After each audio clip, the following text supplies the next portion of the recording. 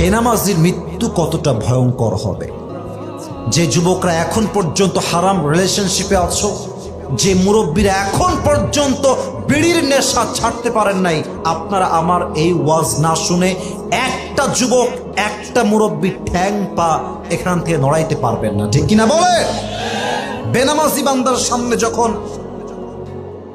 মালাকুল মউত আসবে, তার এই দেহের চামড়ার রং হবে নীলাভ বর্ণের চেহারা। আমার চোখ দেখেন, এই দুইটা চোখ হবে বিশাল বড় বড় এবং লাল টকটকে চোখ।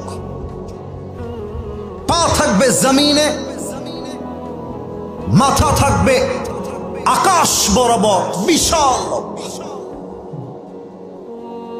দেহের পোশাক হবে কালো কুৎসিত পোশাক।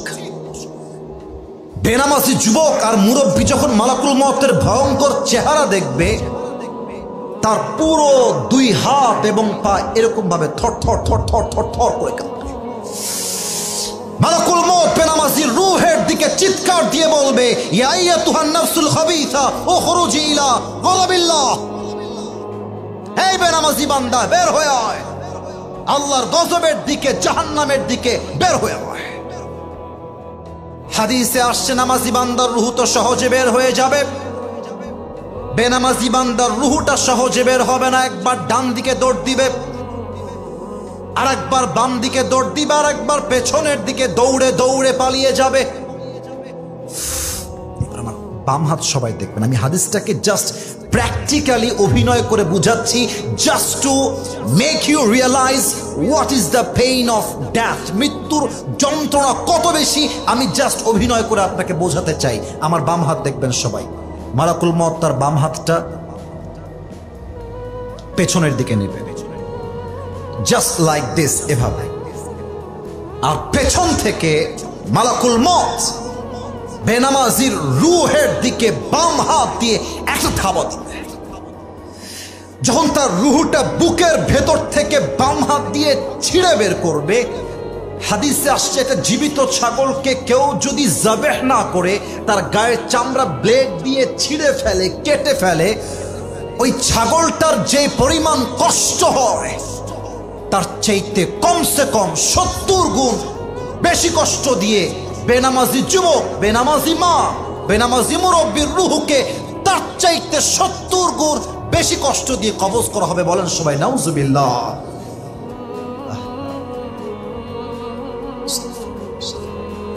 আচ্ছা প্রিয় ভাইরা, বলেন তো, যা নামাজ পড়ে না, আচ্ছা আমি ধমক দিচ্ছি না, আমি মনে করেন যে আমি আসিফ হুজুরই না, মনে করেন আমি আপনার আপন মায়ের পেটের ভাই, আপনার ভাই আমি। আচ্ছা আপনি বলেন যে নামাজ পড়ছি না হুজুর, আমার কাজ আছে। আচ্ছা হুজুর নামাজ পড়ছি না, আমার ক্লাস আছে। আচ্ছা হুজুর নামাজ পড়ছি না, আমার একটা অ্যাপয়েন্টমেন্ট আছে, খুবই দরকারি অ্যাপয়েন্টমেন্ট। আমার প্রশ্ন হচ্ছে, ভাই আপনি কাজের দোহাই দিচ্ছেন, সময় নাই দোহাই দিচ্ছেন, আপনার অ্যাপয়েন্টমেন্ট দোহাই দিচ্ছেন, টাইম নাই দোহাই দিচ্ছেন, অথচ যেই আল্লাহ আপনাকে রিজিক দিল, যে আল্লাহ আপনাকে মাল দিল, সম্পত্তি দিল, টাকা দিল, বাড়ি দিল, চোখ দিল, হাত দিল, পা দিল, বউ দিল, বাপ দিল, মা দিল, সব দিল, আপনি কত বড় নিমক হারাম যে আপনার সবার জন্য টাইম আছে, আল্লাহর জন্য টাইম নাই। এর মানে আপনার মতো বড় নিমক হারাম আর কেউ হতে পারে না, ঠিক কিনা বলেন?